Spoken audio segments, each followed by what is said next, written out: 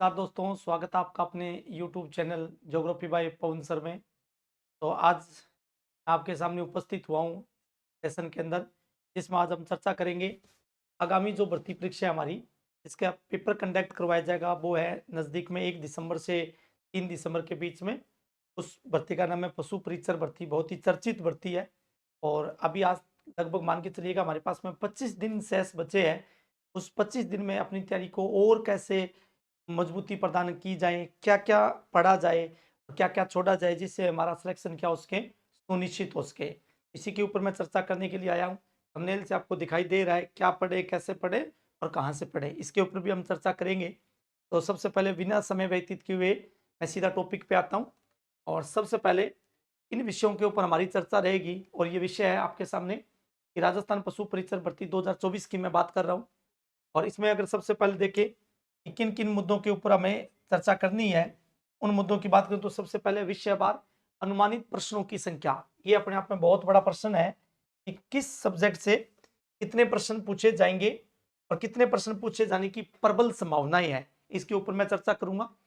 दूसरा है प्रत्येक विषय के टॉपिकों का विश्लेषण, यानी कौन कौन से विषय हमारे हैं, उनमें कौन कौन से टॉपिक्स हैं जिनसे प्रश्न आने की क्या होगी, प्रबल संभावनाएं होगी, उसके ऊपर चर्चा करेंगे।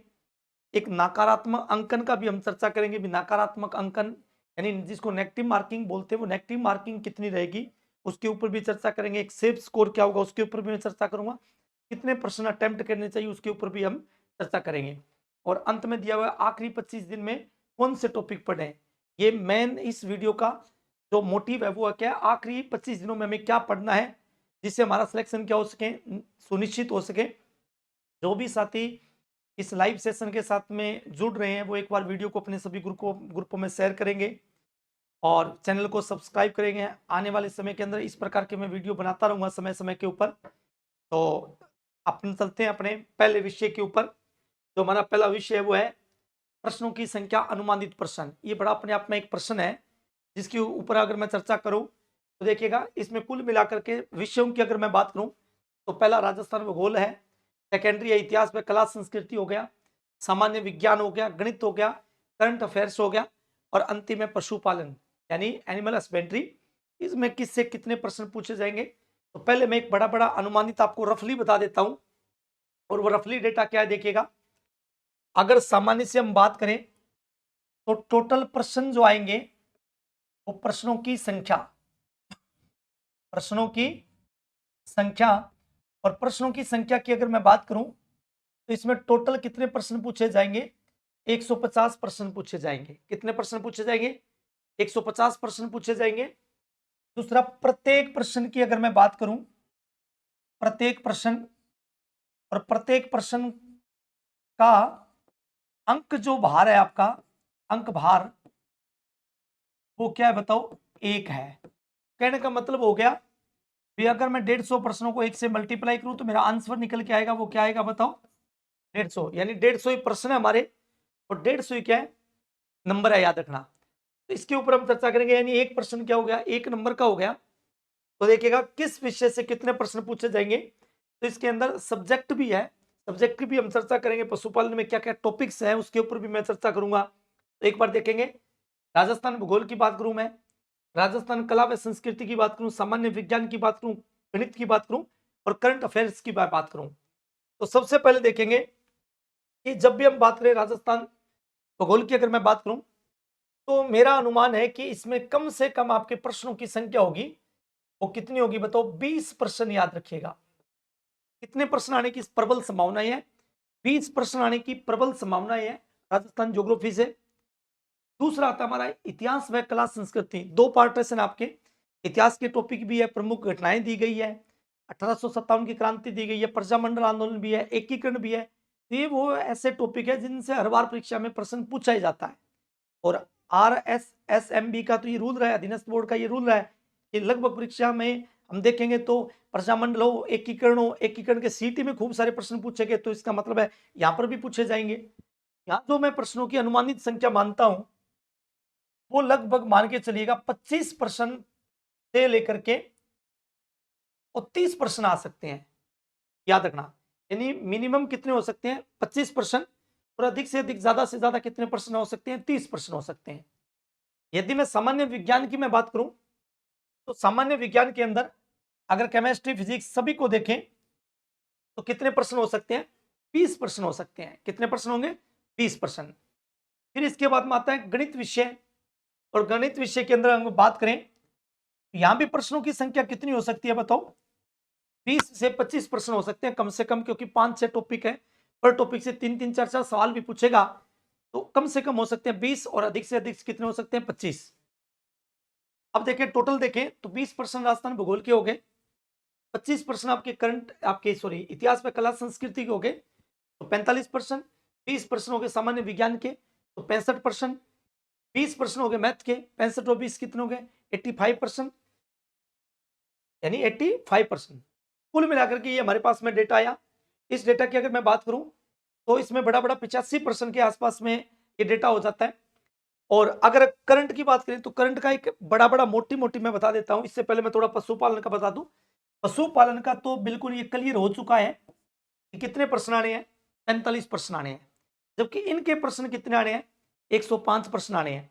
अब अगर हम देखें तो जीके के प्रश्न जिसमें विज्ञान भी शामिल है, गणित भी शामिल है, करंट अफेयर्स भी है, और प्लस में कितने प्रश्न है सब्जेक्ट के? 45। टोटल अगर मैं बात करूं तो कुल प्रश्नों की संख्या कितनी होगी? 150।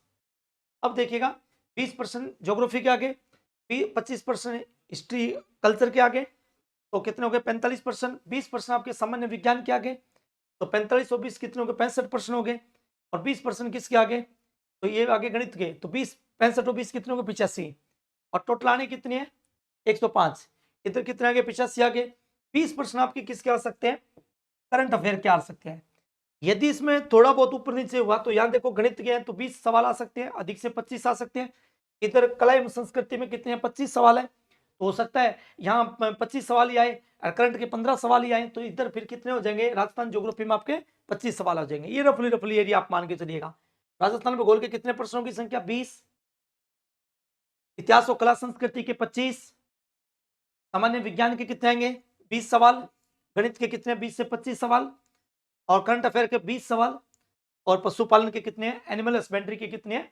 ये सवाल हो गए आपके 45। कुल योग करते हैं तो टोटल योग आता है हमारा कितना? देखिए 20, 25, 45, 20, 65 और 20 कितने हो गए?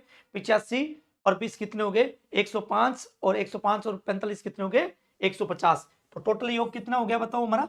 150 प्रश्न आने हैं। कितने प्रश्न आने? 150। अब 150 प्रश्न किन किन टॉपिकों से 150 प्रश्नों का जो पुटअप होगा वो होगा क्या क्या टॉपिक आपको अंतिम अगले 25 दिनों में पढ़ना है। तो देखिएगा सबसे पहले मैं चर्चा करूं तो नेक्स्ट आता है राजस्थान भूगोल। याद रखिएगा राजस्थान भूगोल की अगर मैं सामान्य सी बात करूं तो राजस्थान भूगोल के अंदर जो टॉपिक दिए गए हैं इन टॉपिकों को अगर आप गौर से देखेंगे तो इन टॉपिकों में आपको स्पष्ट रूप से दिखाई देगा, और वो दिखाई क्या देगा कि इसके अंदर टॉपिक दिए गए हैं वो बहुत ही चर्चित टॉपिक है और हर बार प्रश्न आता है। पहला टॉपिक है राजस्थान का सामान्य परिचय, बेसिक कंसेप्ट। इसमें आपके सिलेबस में मेंशन कर रखा है, और वो मेंशन क्या कर रखा है? एक तो स्थिति को लेकर के कर रखा है, और एक राजस्थान का क्या कर रखा है? विस्तार कर रखा है। ये दो बातें बहुत महत्वपूर्ण है। अभी नए जिले भी बने तो हो सकता है कोई सिंगल प्रश्न यहाँ से पूछ ले, बाकी एक सवाल यहाँ से पक्का आने की प्रबल संभावना है। दूसरा आता है भौतिक स्वरूप। इसी को हम बोल देते हैं भौतिक, क्या बोल देते हैं बताओ? प्रदेश बोल देते हैं, अर्थात भौतिक प्रदेश। यहाँ से एक दो सवाल आ सकते हैं, ये भी टॉपिक आपको पढ़ना चाहिए। सामान्य परिचय भी टॉपिक को पढ़ना चाहिए। प्राकृतिक वनस्पतियां व वन संपदा का टॉपिक है, याद रख लेना। प्राकृतिक वनस्पति व वन संपदा, इसको बहुत अच्छे से पढ़ना है आपको। पूरी संभावना है यहाँ से सवाल आने की। फिर इसके बाद में आ गया राजस्थान में मृदा संसाधन, और मृदा संसाधन की बात करूं मैं तो मिट्टी के एक तो सामान्य प्रकार आपको पढ़ के जाने हैं। सामान्य प्रकार, और सामान्य प्रकार कितने प्रकार के हैं? 10 है। और एक मिट्टी का कौन सा पढ़ना है आपने? वैज्ञानिक विभाजन पढ़ना है, वैज्ञानिक विभाजन। और वैज्ञानिक विभाजन की अगर मैं बात करूं तो वैज्ञानिक विभाजन कितने प्रकार का? 5, जिसमें आपने पढ़ा हुआ है entisols, aridisols, alfisols, vertisols, इस प्रकार के कंसेप्ट है इसमें। और ये टॉपिक रहे तो ये मैं पढ़ा दूंगा आपको, क्योंकि जब भी हम ये वीडियो इसके बाद तुरंत कल से मैं ये शुरू करूंगा क्लास से, इसके अंदर हम 25-30 सवाल है पर टॉपिक के लेके आएंगे। ज्योग्राफी के तो मैं क्लियर करवा दूंगा आपको सारे। इस सेशन में जितने भी साथी जुड़े हैं तो एक बार वीडियो को शेयर कर देना, वीडियो को लाइक कर देना और कमेंट बॉक्स में अपना कमेंट जरूर डालना, जिससे हमें मोटिवेट मिलता रहे। और दूसरा, चैनल को सब्सक्राइब जरूर करना। फिर आता है क्लाइमेट। क्लाइमेट के अंदर याद रखिएगा, सामान्य तो यही है, इसके अलावा यहाँ एक वर्गीकरण जरूर याद रख लेना कोपेन का, और एक वर्गीकरण याद रख लेना थॉर्नवेट का। कोपेन का और एक क्या कर लेना, थॉर्नवेट का। अपवाह तंत्र में देखिएगा, सीधा अपवाह तंत्र उसने मेंशन किया है। अपवाह तंत्र में एक तो नदियां पढ़ के जाना है आपने ढंग से, एक आपने इसी के अंदर क्या पढ़ना है, महत्वपूर्ण झील पढ़नी है, इसी के अंदर क्या पढ़नी है बताओ, बांध पढ़नी है। ये थोड़ा सा आपने कुछ ध्यान देना है इसके अंदर, क्योंकि ये अपवाह तंत्र का ही पार्ट है, याद रख लेना। इसमें आपकी सिंचाई परियोजना का सवाल भी पूछा जा सकता है, तो ये तो इतना निश्चित आप पढ़ के जाए, याद रखना। इधर फिर अलग से आ गया, कौन सा आ गया, ये पार्टीशन आपका झील का टॉपिक आ गया, अलग से भी दे रखा है, इसी के अंदर भी इंक्लूड होता है। तो ज्योग्राफी में देखिए, सामान्य परिचय हो गया, भौतिक स्वरूप हो गया, प्राकृतिक वनस्पतियां एवं वन हो गए, घास के सवाल भी पूछे गए, याद रख लेना। वन संपदा में क्षेत्रफल कम ज्यादा, ये 5-7 मिनट का एक वीडियो होगा जिसके अंदर मैं ये पूरा टॉपिक आपका क्लियर करवा दूंगा। फिर इसके बाद देखिएगा, यहाँ कुछ 3-4 टॉपिक बचे। अभी मैंने सिंचाई परियोजना की बात की, यहाँ पे प्रबल संभावना रहती है आने की, जिसके अंदर कुछ मैं आपको बता देता हूँ। एक तो बहुत अच्छे से IGNP परियोजना को पढ़ के जाना है, बहुत अच्छे से, इंदिरा गांधी नहर परियोजना को।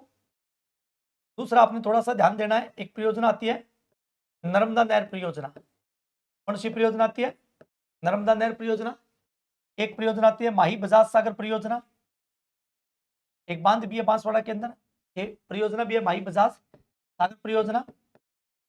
इसके अलावा कुछ परियोजनाएं हैं जिसके ऊपर भी हम चर्चा करेंगे जैसे समय मिलेगा। और एक पॉपुलेशन पढ़ के जानी है, जनगणना 2011।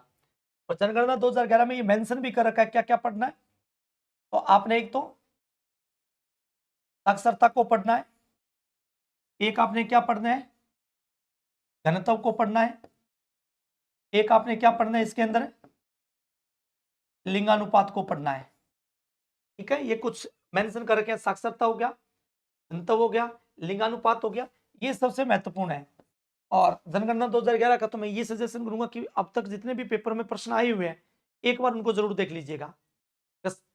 लगभग मान के चलिएगा 90% तो सवाल वहां से आ जाएगा। फिर भी अगर कोई घूम के आया तो फिर अगर ये चीजें याद होगी तो आप उस सवाल को क्या कर सकते हैं, हल कर सकते हैं।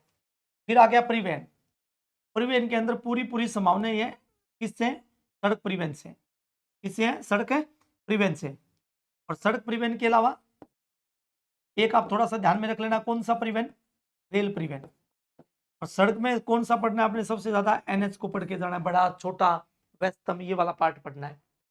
और पर्यटन है तो पर्यटन में कौन सी ट्रेन चलाएगी, पर्यटन त्रिकोण कौन से है, सर्किट कौन से बनाएंगे, पर्यटन दिवस कब बनाया जाता है, विश्व पर्यटन दिवस कब आता है, पर्यटन का आदर्श वाक्य क्या है, ये थोड़ा सा थीम्स क्या है, ये थोड़ा सा आपने देखना है। तो देखिएगा, ज्योग्राफी में टॉपिक हो गए, सामान्य परिचय हो गया, भौतिक प्रदेश हो गया, वन संपदा हो गया, मिट्टी का टॉपिक हो गया, जलवायु का टॉपिक हो गया, अपवाह तंत्र का हो गया। इसके अलावा इसमें झील बांध, सिंचाई परियोजना हो गया, सिंचाई परियोजना में महत्वपूर्ण IGNP नर्मदा नहर परियोजना हो गया। जनगणना 2011 में 3 चीजें, साक्षरता, घनत्व और लिंगानुपात को अच्छे से पढ़ना है। परिवहन में, सड़क परिवहन में मुख्य रूप से फोकस करना है किसके ऊपर, NH के ऊपर। और इसके अलावा रेल परिवहन। और नेक्स्ट कौन सा आपका, पर्यटन। ये तो पढ़ना मामला हो गया ज्योग्राफी के। और इसमें मैंने कहा ले दे करके बड़े बड़े सवालों की संख्या अगर मैं बात करूं तो 20% तो देखिएगा, निश्चित मान के चलिएगा 20 सवाल तो निश्चित तौर पे आपके आने हैं। नेक्स्ट हम बात करें, ये कौन सा गया, राजस्थान का इतिहास, कला एवं संस्कृति, याद रखिएगा। और यहाँ मैंने एक प्रश्नों की आपको एक अनुमानित बताया था, मैंने कहा यहाँ सवाल आने के चांस हैं, वो कितने बताओ, 25 से 30 सवाल जो है वो आने की प्रबल संभावनाएं हैं। कितने सवाल आने की, 25 से 30 सवाल आने की प्रबल इसके अंदर संभावनाएं बनी हुई है, क्योंकि टॉपिकों की संख्या इसमें क्या दी गई है, कुछ अतिरिक्त दी गई है। और सिलेबस भी कौन सा आपका भारी भरकम है। कौन कौन सा है, प्रमुख ऐतिहासिक घटनाएं किस में दी है, ये इतिहास में दी है। किस में दी है, इतिहास में। इतिहास में मतलब इतिहास का अधिकांश पार्ट है वो इसके अंदर आ गया है। जितनी भी ऐतिहासिक घटनाएं है, जितने भी युद्ध हुए हैं, वो सारे के सारे इसके अंदर आपको इंक्लूड करनी है, पढ़ने हैं। दूसरा दिया स्वतंत्रता आंदोलन, 1857 की क्रांति होगी, किसान आंदोलन हो गए, ये सारे सारे किस में आएंगे, आपके स्वतंत्रता आंदोलन में आएंगे। और इसको भी आपको ढंग से पढ़ना है। फिर आ गया कौन सा, एकीकरण। इसका भी कंप्लीटली प्रश्न आने की प्रबल संभावना है। इसके चरण पढ़ के जाइएगा, इसका प्रधानमंत्री पढ़ के जाइएगा, राज प्रमुख पढ़ के जाइएगा, उपराज प्रमुख कौन है, महाराज प्रमुख कौन है, और उद्घाटनकर्ता कौन है। ये 4-5 बातें कंसेप्ट में रखिएगा। फिर आगे इसमें प्रमुख व्यक्तित्व याद रखिएगा कि राजस्थान के अंदर जो प्रमुख व्यक्तित्व है, जैसे हीरालाल शास्त्री हो गए, जयनारायण व्यास हो गए, ये कुछ व्यक्तित्व है। इनके व्यक्तित्व का जीवन परिचय क्या है, इनका जन्म स्थान क्या है, उसके बाद इनकी रचनाएं क्या है याद रखना, इनके ऊपर भी आपको थोड़ा फोकस करना है। फिर उसके बाद में आ गया भाषा एवं साहित्य याद रखना। भाषा एवं साहित्य, साहित्य के अंदर जो रचनाएं हुई है वो कौन सी भाषा में की गई है, वो एक जरूर याद रखेंगे। दूसरा भाषा एवं साहित्य में दूसरा याद रखेंगे कौन सी रचनाएं वो फेमस हुई है और कौन से क्षेत्र की है, ये भी आपको थोड़ा सा पढ़ के जाना है। फिर संस्कृति एवं सामाजिक जीवन, संस्कृति एवं सामाजिक जीवन के अंदर तो रहन सहन है, उसके बारे में भी थोड़ा सा आपको नॉलेज होना चाहिए इसके अंदर।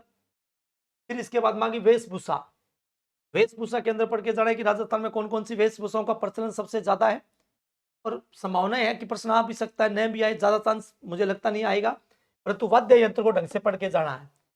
वाद्य यंत्र के अंदर 4 प्रकार की श्रेणी दी है, अवनत दिया है, तत्वाद्य दिया है, सुशीर वाद्य यंत्र दिया है, घन दिया है। इनमें से सवाल पूछता है कौन सा सुशीर है, कौन सा तत्वाद्य यंत्र का उदाहरण है, कौन सा तत्वाद्य यंत्र का उदाहरण नहीं है, ये भी कई बार सवाल आ जाते हैं, तो इनसे पूरी संभावना है। सबसे ज्यादा महत्वपूर्ण है लोक देवता याद रखना, ये भी सिलेबस में मेंशन कर रखा है, और लोक देवता के सवाल आने की प्रबल संभावनाएं है, और पीछे के पेपर में आए भी हैं जिनमें जन्म स्थान को लेकर के सवाल पूछ सकता है। उसके बाद में मेला कब लगता है वो भी सवाल पूछा जा सकता है, कोई प्रसिद्ध रचनाएं है वो पूछा जा सकता है, इस प्रकार के सवाल आपसे पेपर में पुट करेगा। फिर लोक साहित्य का भी है, इसके भी सवाल आने की पूरी संभावनाएं है। इसके अलावा मेले और त्योहार से निश्चित सवाल है, याद रख लेना, मेले और त्योहार में निश्चित सवाल आपसे पूछेगा। कजरी तीज कब मनाई जाती है, ठीक है, इस प्रकार के कुछ सवाल है, जो कजरी तीज है, सातुड़ी तीज है, छोटी तीज है, इस प्रकार के सवाल जो मिलते जुलते सवाल है वो पूछ सकता है। आभूषण का निश्चित तौर पे प्रश्न आएगा, याद रखना, और इसमें कोई किसका आएगा, नाक, गला और सिर, ये तीनों महत्वपूर्ण है, याद रखना। फिर लोक कलाएं भी आ गई, और फिर इसके बाद में कौन सा आ गया बताओ, लोक नृत्य याद रखना। जनजातीय नृत्य आएंगे कुछ, क्षेत्रीय नृत्य आएंगे कुछ, व्यवसायिक नृत्य आएंगे, किस जाति का कौन सा नृत्य फेमस है, कौन सा नहीं है, इस प्रकार के आपके सवाल पूछेगा। तो कला एवं संस्कृति में वेशभूषा, वाद्य यंत्र, लोक देवता, लोक साहित्य, मेले और त्योहार, आभूषण और लोक कलाएं और लोक नृत्य है, ये टॉपिक तो मेंशन किए हैं। इसके अलावा देखेंगे प्रमुख ऐतिहासिक घटनाएं, इतिहास का पार्टीशन आ गया, स्वतंत्रता आंदोलन आ गए, एकीकरण हो गया, प्रजामंडल आंदोलन हो गया, किसान आंदोलन हो गया, प्रमुख व्यक्तित्व हो गए, भाषा में साहित्य हो गया, संस्कृति में सामाजिक जीवन हो गया। ये मामला किससे संबंधित है आपका बताओ, ये संबंधित है इतिहास व कला संस्कृति से, जहां से सवाल आएंगे 25 से 30। अब हम तीसरे सब्जेक्ट की तरफ चलते हैं। तीसरा दे रखा है सामान्य विज्ञान, इतना कोई भारी भरकम सिलेबस नहीं है, पर तू छोटे छोटे टुकड़ों में इनको क्या कर दिया, मेंशन कर दिया है। पहला दे रखा है, मैंने कहा था विज्ञान के सवाल की अगर मैं बात करूं तो मान के चलिएगा 20 सवाल तो निश्चित मान के चलिएगा। भौतिक एवं रासायनिक परिवर्तन पूछता है, याद कर लेना। कुछ विशेष उदाहरण बने हुए हैं, जैसे लोहे के ऊपर जंग लगना, चीनी का पानी में घुलना, बर्फ का पिघलना, मोम का पिघलना, इस प्रकार के उदाहरण पूछता है कि कौन सा रासायनिक परिवर्तन है और कौन सा भौतिक परिवर्तन है। तो ये कुछ उदाहरण है जो आपको रखना है, और जो भी आपको जिसने विषय विशेषज्ञ ने पढ़ाया इसके बारे में, तो फिर उसको खूब तसल्ली से इत्मीनान से उसको पढ़िएगा। फिर उसके बाद में आता है धातु और धातु एवं प्रमुख यौगिक याद रखना, यानी यहाँ से सवाल आने की प्रबल संभावनाएं है। धातु और धातु में से भी प्रमुख रूप से प्राथमिकता के साथ में सवाल आएगा, कौन सा धातु कौन सा अधातु, और उनके प्रमुख यौगिकों के गुण भी इसके अंदर शामिल है।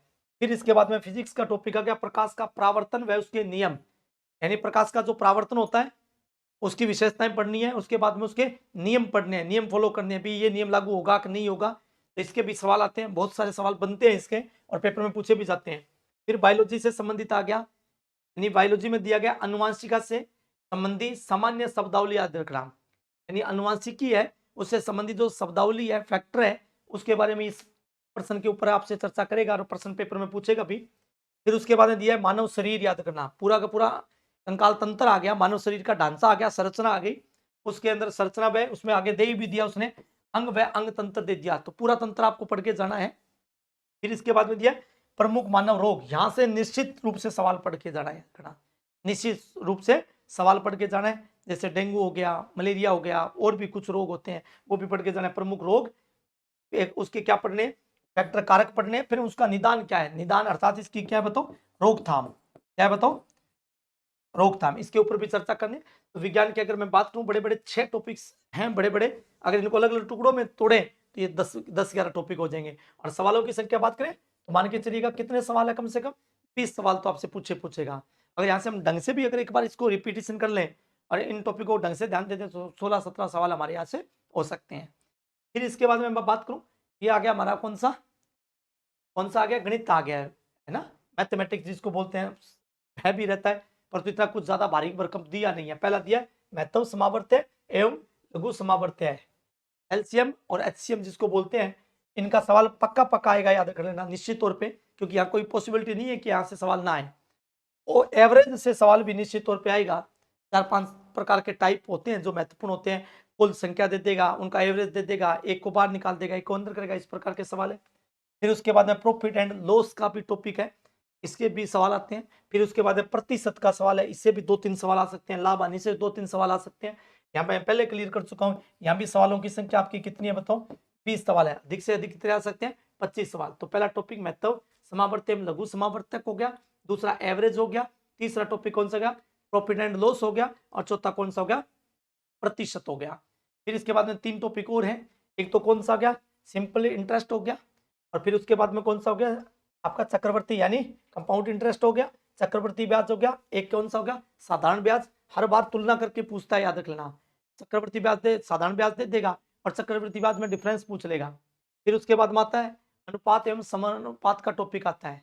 तो ये मैथमेटिक्स के टॉपिक है, कुल मिलाकर के हम बात करें ये 7 टॉपिक है। लघुत्तम एवं समावर्त्य है, एलसीएम और एचसीएम का टॉपिक है। फिर उसके बाद में एवरेज है, फिर उसके बाद में लाभ हानि यानी प्रॉफिट एंड लॉस है, फिर परसेंटेज है, फिर साधारण ब्याज है, फिर चक्रवर्ती ब्याज है, और फिर अनुपात एवं समान अनुपात है। सवालों की संख्या के ऊपर हम चर्चा कर चुके हैं। कम से कम सवाल की संख्या मैंने बताई कितनी, 20 सवाल के आसपास में आपसे पेपर में पुट कर सकता है। अब आप इसके ऊपर देख सकते हैं कि मुझे कौन सा पढ़ना है, कौन सा नहीं पढ़ना है। अगर मैं इसमें बात करूं तो आप एक एवरेज तो बहुत अच्छा कर लीजिएगा, लाभ हानि के अच्छे से सवाल निकालिए, प्रतिशत के अच्छे से सवाल निकालिएगा, साधारण ब्याज भी बहुत अच्छा टॉपिक है। साधारण ब्याज अगर हो गया तो आपका कंपाउंड इंटरेस्ट चक्रवर्ती ब्याज भी बहुत अच्छा हो जाएगा। अनुपात एवं समान अनुपात का टॉपिक भी बहुत अच्छा टॉपिक है। इसमें मैथ में मुझे लगता नहीं है कोई पॉसिबिलिटी है छोड़ने वाली, क्योंकि सारे सवाल है वो करने योग्य हैं। फिर इसके बाद में बात करूं सबसे महत्वपूर्ण और प्रमुख समसामयिक की घटनाएं है, याद रख लेना, जिसको हम बोलते हैं करंट अफेयर्स बोलते हैं, और वर्तमान में सबसे ज्यादा चर्चा का विषय है। इसमें क्या दे रखा है, स्पोर्ट्स दे रखा है, खेल दे रखा है। हर बार प्रश्न पूछा जाता है। 2 प्रकार की प्रतियोगिता हुई है, एक तो है ओलंपिक, याद रखना, एक तो इसमें ढंग से पढ़ के जाना है, वो क्या पढ़ के जाना है, ओलंपिक, और दूसरा इसमें कौन सा पढ़ के जाना है बताओ, पैरा ओलंपिक पढ़ के जाना है, पैरा ओलंपिक पढ़ना है। आप एक तो क्या पढ़ना है आपने, ओलंपिक पढ़ना है, और एक आपने क्या पढ़ना है, पैरा ओलंपिक पढ़ना है। फिर दूसरा उसमें क्या दिया, राजनीतिक परिवर्तन क्या क्या हुए हैं।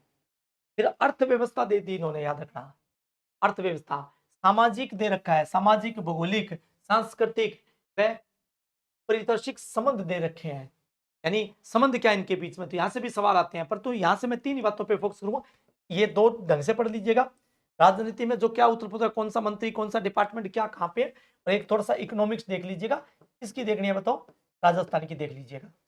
फिर उसके बाद में दे रखा है तकनीकी क्षेत्र से संबंधित कुछ मुद्दे हो सकते हैं। टेक्नोलॉजी के क्षेत्र में हाल ही में क्या सरकार ने कोई ये चंद्रयान जैसे कोई भेजा है, उसके बारे में पूछा जा सकता है, मुद्दे हो सकते हैं ये। फिर उसके दे रखा है राज्य एवं राष्ट्रीय मुद्दे, यानी स्टेट के मुद्दे क्या हैं और देश के मुद्दे क्या हैं, जो अभी हाल ही में क्या रहे हैं, चर्चित रहे हैं। उसके बाद में दे रखा है प्रसिद्ध व्यक्तित्व, वहां भी टॉपिक दे रखा था, यहाँ भी टॉपिक दे रखा है, किसको पद्मश्री मिला, किसको पद्म विभूषण मिला है, और किसको भारत रत्न दिया गया अभी हाल ही में, किसी को द्रोणाचार्य पुरस्कार मिला है, किसी को महाराणा प्रताप अवार्ड मिला है। ये अवार्ड सारे याद रख लेना इसके अंदर। फिर दे रखा है राज्य राष्ट्रीय कार्यक्रम एवं नीतियां, राजस्थान के और देश की प्रमुख कौन कौन सी कार्यक्रम चलाए जा रहे हैं राष्ट्र हित के लिए और देश हित के लिए, और उनकी प्रमुख नीतियां क्या है, पॉलिसियां क्या है, उनके ऊपर भी चर्चा है। और यहाँ से मैंने सवालों की संख्या आपको बताई, कम से कम सवालों की संख्या कितनी रहने वाली है बताओ, 20 सवालों आएंगे। याद रखना कितने सवाल आने की संभावना है, 20। तो इसको फोकस कर लेना, इसको फोकस कर लेना, इसको ढंग से फोकस कर लेना। तकनीकी क्षेत्र को भी फोकस कर लेना, क्योंकि इसमें भी सवाल पूछा जा सकता है। राज्य व राष्ट्रीय मुद्दे हैं, ये थोड़ा सा टॉपिक बहुत लेंथी हो जाता है। इसके बाद में राज्य राष्ट्रीय कार्यक्रम एवं नीतियां, ये टॉपिक पढ़ा जा सकता है। ठीक है, बाकी आपको बहुत अच्छी कोई करंट की अच्छी क्लास लगे तो आप उसका अवलोकन कर सकते हैं। तो अगर मुझसे सजेस्ट पूछे भी किसकी क्लास लगानी चाहिए, तो हमारी संस्थान है संकल्प competition line coaching Shri Ganganagar, उसका यूट्यूब चैनल है, उसको भी आप वहाँ पे जाकर के सर्च कर सकते हैं। वहाँ पे बहादुर सर के नाम से विषय विशेषज्ञ हमारे, उनकी क्लास को सर्च करिएगा। उन्होंने बहुत बारीकी से ओलंपिक, पैरा ओलंपिक वगैरह सारा कुछ करवा रखा है, उसको भी आप एक बार देख लीजिएगा। फिर इसके बाद में देखें, ये हमारा सब्जेक्ट याद रखना सीधा सा क्लियर है। यहाँ से कितने प्रश्न आने, 45 प्रश्न आने हैं, और ये निश्चित भी है। परंतु इसमें एक चीज नोट करना, सिलेबस बहुत बड़ा नहीं है। एनिमल हस्बेंड्री का सिलेबस बहुत बड़ा नहीं है। देखिए क्या दे रखा है, जंतुओं में जनन तंत्र, प्रजनन की प्रोसेस क्या है वो पूछा गया है, उनका पाचन सिस्टम क्या है, श्वसन क्या है, उनमें प्रमुख रोग क्या होते हैं और उनकी विशेषताएं क्या है। तो कंसेप्टली 5-7 बातें पूछ ली इसने। जनन की प्रोसेस पूछ ली, डाइजेस्ट सिस्टम पूछ लिया, श्वसन पूछ लिया, रोग पूछ लिया, और उनकी क्या पूछ ली, विशेषताएं पूछ ली। तो कहने का मतलब है यहाँ से 3 से 4 सवाल बन सकते हैं आपके। कितने बन सकते हैं, 4 सवाल बन सकते हैं। जनन का बन सकता है, पाचन का बन सकता है, श्वसन का बन सकता है, प्रमुख रोग का बन सकता है, या फिर जनन से नहीं पूछा तो विशेषता से पूछ लेगा। तो यहाँ से कितने सवाल है, 3 से 4 सवाल। फिर दे रखा है आवास और संरक्षण, भी आवासीय क्षेत्र कैसा होना चाहिए और संरक्षण हमें कहाँ प्रदान करना चाहिए। फिर दे रखा है पशु उत्पादकों को पोषक याद रखना, जैसे 1 से 2 सवाल आ सकता है। फिर पशुओं में नस्लों के बारे में पूछा जा सकता है, एग्रीकल्चर का क्या योगदान है पशुपालन में, और कुक्कुट पालन है उससे संबंधित प्रमुख योजनाएं हैं, कुक्कुट पालन से चलाए गए प्रशिक्षण संस्थान है, कुक्कुट की कौन कौन सी नस्लें पाई जाती है, राजस्थान में उसका प्रभाव क्या है, वो सारी बातें यहाँ दे रखा है। फिर उसके दे रखा है आधुनिक विश्व के चरवाहे याद रखना, यानी जो चारा गाय बने हुए हैं, चरवाहे बने हुए हैं, उनके बारे में आपको पूरे वर्ड के पढ़ने याद रखना। ये थोड़ा लेंथी टॉपिक हो जाता है, फिर भी आप एक बार देखेंगे तो यहाँ से 2 से 3 सवाल पूछे जा सकते हैं। फिर दे रखा है वन्य प्राणी एवं उनका जीवन याद रखना, वन के अंदर रहने वाले जो प्राणी है उनका जीवन क्या है, जीवन शैली क्या है, उनके बारे में। फिर दे रखा है वन्य जीव संसाधन, तो वन्य जीव संसाधन अभ्यारण्य का टॉपिक है, वो भी थोड़ा गौर से देखिएगा। वन संरक्षण क्षेत्र है वो भी देख के जाना है, अखेटनी से वो सारा प्रैक्टिकली आपको देखना है। तो एक बार मैं वापस देखिएगा, मैं पूरा बता देता हूँ। पशुपालन के 45 प्रश्न आने, 45 प्रश्न आने, उनमें जंतुओं में जनन दे रखा है, पाचन तंत्र, श्वसन, प्रमुख रोग, विशेषताएं एवं आवास में संरक्षण दे रखा है, पशु उत्पादकों को पोषक, पशु कृषि, कुक्कुट पालन, आधुनिक विश्व में चरवाही, ये दे रखे हैं। तो इनके सवाल कितने ने, 45 सवाल आने हैं। तो ये कहने का मतलब हर एक लाइन से एक अपने आप में एक सवाल है।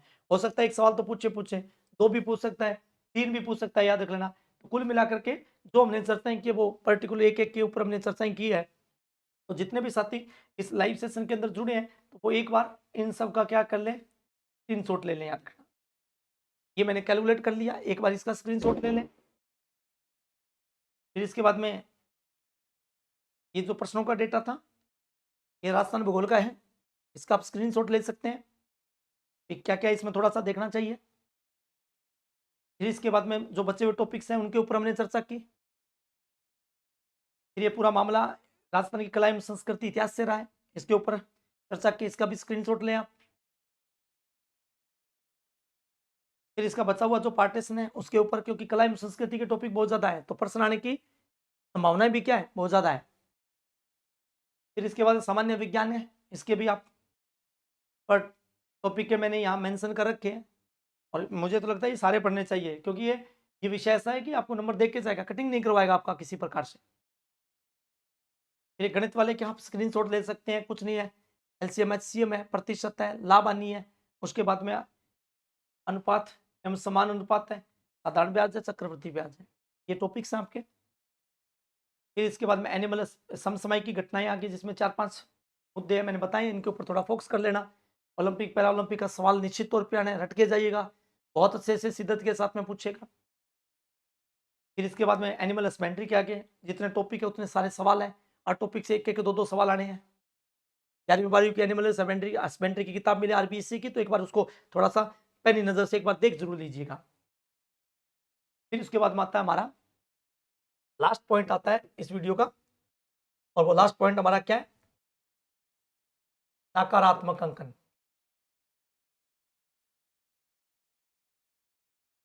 नकारात्मक अंकन की बात करें,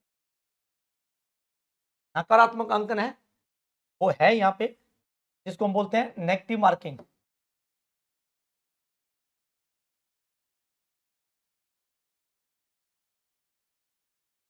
नेगेटिव है मार्किंग होगी, ये निश्चित रहे।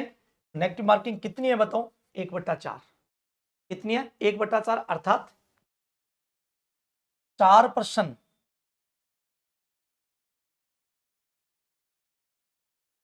गलत करते हैं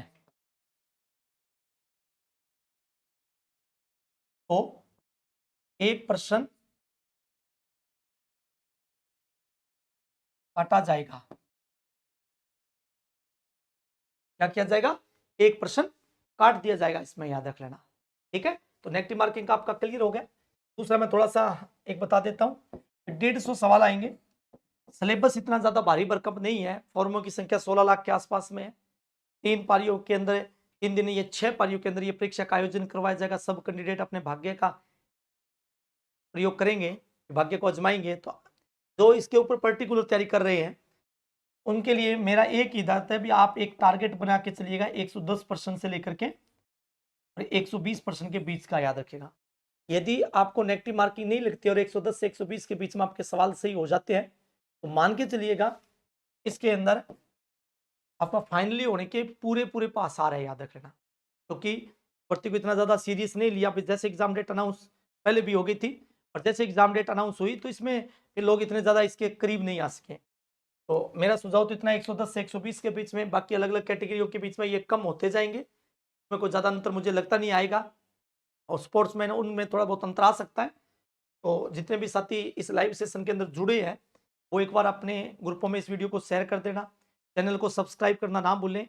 और कल से जैसे मुझे समय मिलेगा मैं प्रत्येक टॉपिक, हर एक दिन में 2 टॉपिकों के MCQ प्रश्न लेके आऊँगा और हम डेली के 15-20% करेंगे और उसमें 20% का मतलब है मैं 100% आपको सिखाऊंगा इसके अंदर। तो इस 5-7-10 दिन के अंदर हम ज्योग्राफी के जितने टॉपिक है 20-25 सवाल जो भी आएंगे, मेरी पूरी कोशिश रहेगी कि आपका एक भी सवाल गलत नहीं हो और पूरा कंटेंट देने का मैं प्रयास करूंगा।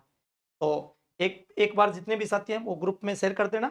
और अगर आपकी किसी प्रकार की कोई इंक्वायरी हो, किसी प्रकार का कोई प्रश्न हो तो इस नंबर पे कांटेक्ट जरूर करिएगा, 96 643 00 696। इस व्हाट्सएप नंबर पे मैसेज छोड़ दीजिएगा अपना नाम लिख के। अगर किसी प्रकार की कोई समस्या होगी मैं आपको निश्चित उसका सॉल्यूशन दूंगा। तो आज के लिए इतना ही साथियों, बाकी मिलते हैं कल इसी समय। जय हिंद, जय भारत।